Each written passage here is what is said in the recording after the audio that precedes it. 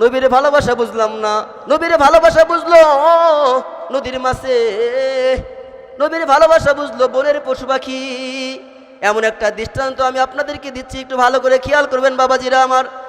ত্রিশাল মোমন শাহীর বাবাজিরা, দেখেন না চোখ থেকে দু ফোঁটা পানি জমিনে ফেলাইতে পারেন কিনা? আমিও মানুষ, আপনিও মানুষ। আল্লাহ তাআলা আমাকে সৃষ্টি করছে, আপনাকেও সৃষ্টি করছে। আমি আল্লাহ তাআলাকে ভালোবাসি, আমি আল্লাহ তাআলাকে ভালোবাসি, নবীর সুন্নাত অনুযায়ী চলি।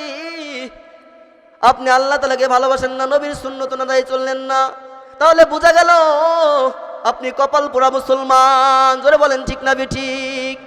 নবী আরবি সাল্লাল্লাহু আলাইহি সাল্লাম বনের পাশ দিয়ে রাস্তা দিয়ে হাঁটতেছিলেন। এমন সময় দেখা গেল একটি ইহুদি কাদের সাথে একটা বড় হরিণ বাঁধা রাখছে।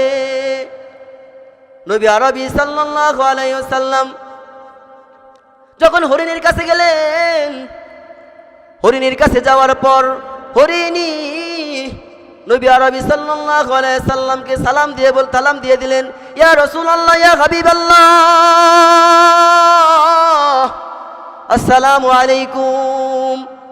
নবী আরবি সাল্লাল্লাহু আলাইহি সাল্লাম হরিণীর সালামের জবাব দিলেন। হরিণীর জবানটা খুলে দিলেন আল্লাহ তাআলা। হরিণীর জবানটা যখন খুলে গেল, হরিণী নবী আরবি সাল্লাল্লাহু আলাইহি সাল্লামকে ডাক দিয়ে বলে, ও জনাবে পয়গম্বর, আজকে 3 দিন যাবত একটা ইহুদি আমাকে গাছের সাথে বাঁধা রাখছে।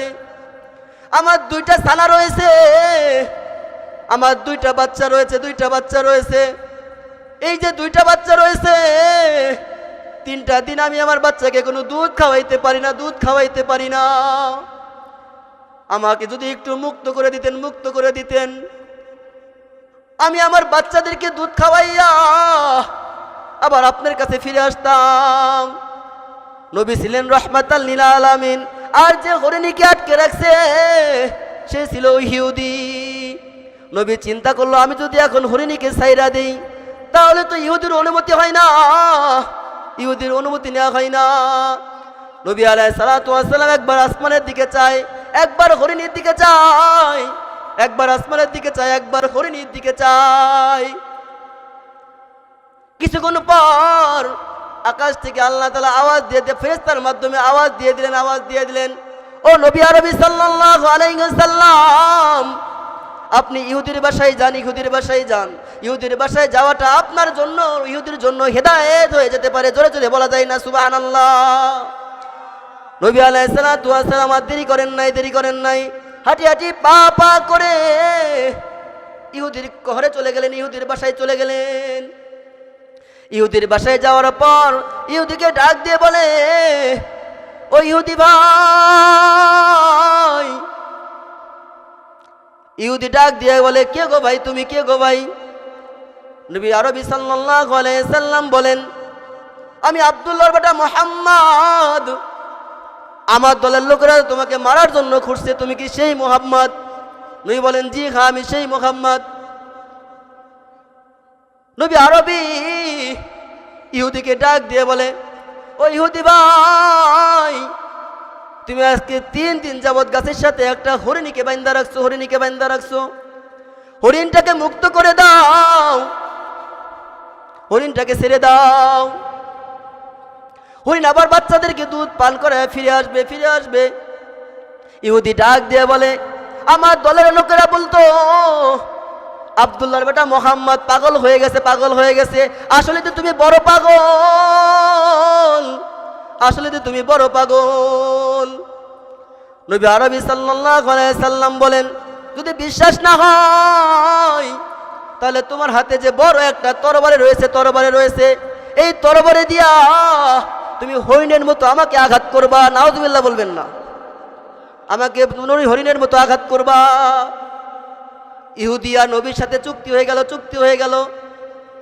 ইহুদি আর দেরি করলেন না, সঙ্গে সঙ্গে সেই হরিণীর কাছে চলে আসলেন। হরিণীর কাছে আসার পর হরিণীকে ছেড়ে দিলেন।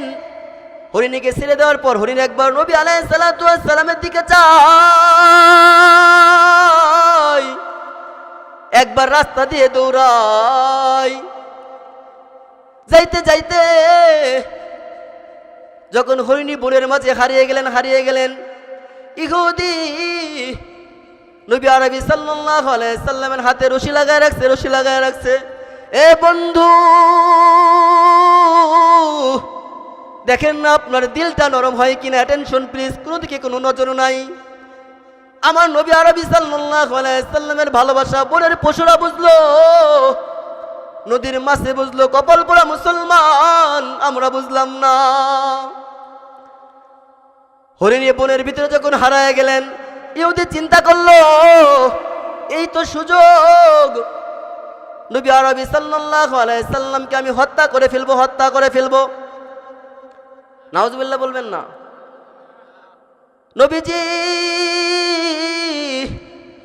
হাতে রশি লাগাইয়া একবার বনের রাস্তার দিকে যায়, একবার আসমানের দিকে যায়।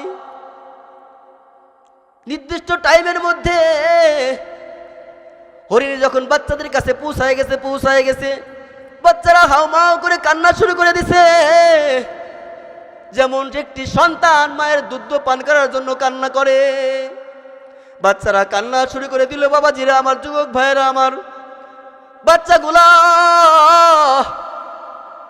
হরিণীকে ডাক দিয়া বলে, ও মা,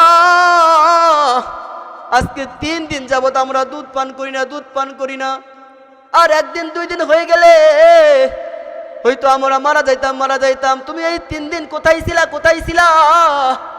আমাকে একটু বলো না, আমাদের একটু বলো না। হরিণী বাচ্চাদের সাথে কথা বলতেছেন। হরিণী বাচ্চাদের বলেন, এক ইহুদি আমাকে 3 দিন যাবত একটি গাছের সাথে আটকে রাখছে, বাইন্ধা রাখছে। নবী আরবি সাল্লাল্লাহু আলাইহি সাল্লাম আমাকে মুক্ত করে দিয়েছে। নবী আরবি সাল্লাল্লাহু আলাইহি সাল্লামের হাতে আমি রশি পরায় রাখছি। ও বাচ্চারা, আজকে জীবনের শেষ দুধ তো তোমরা খায় নাও। তোমরা জীবনে আর কোনোদিন আমি মা দুধ পান করতে পারবা না।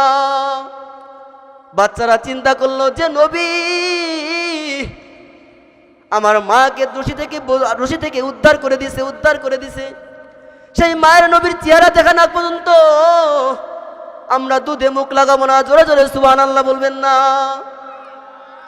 ইহুদি একবার চিন্তা করে, এই তো সুযোগ, মায়ের নবীকে শেষ করার এই তো আমার কাছে একটা মোক্ষম সুযোগ। ইহুদি একবার বনের দিকে চায়, বনের রাস্তার দিকে চায়, একবার নবী আরবি সাল্লাল্লাহু আলাইহি সাল্লামের দিকে চায়। বাবাজিরা আমার, নির্দিষ্ট টাইমের মধ্যে হরিণ আসার কথা ছিল 1টা, এখন আসলো কয়টা? 3টা। কয়টা হরিণ আসলো? কয়টা? 3টা। আওয়াজ দিবেন, কয়টা হরিণ আসলো? 3টা। হরিণী তার বাচ্চাদেরকে সঙ্গে নিয়ে আসার পর নবী আরবি সাল্লাল্লাহু আলাইহি সাল্লামের কাছে পা দুটো নত করলেন, জমিনে পা দুটো নত করে বসে পড়লেন। ইহুদি দূর থেকে সকল কিছু লক্ষ্য করতেছেন। বাবাজিরা আমার, ইহুদি একবার চিন্তা করে, হরিণ আসার কথা ছিল 1টা, এখন হরিণ আসলো 3টা। হরিণী বাচ্চাগুলো নবী আলাইহিস সালাতু ওয়াস সালামকে আওয়াজ দিয়ে বলে, ও নবী,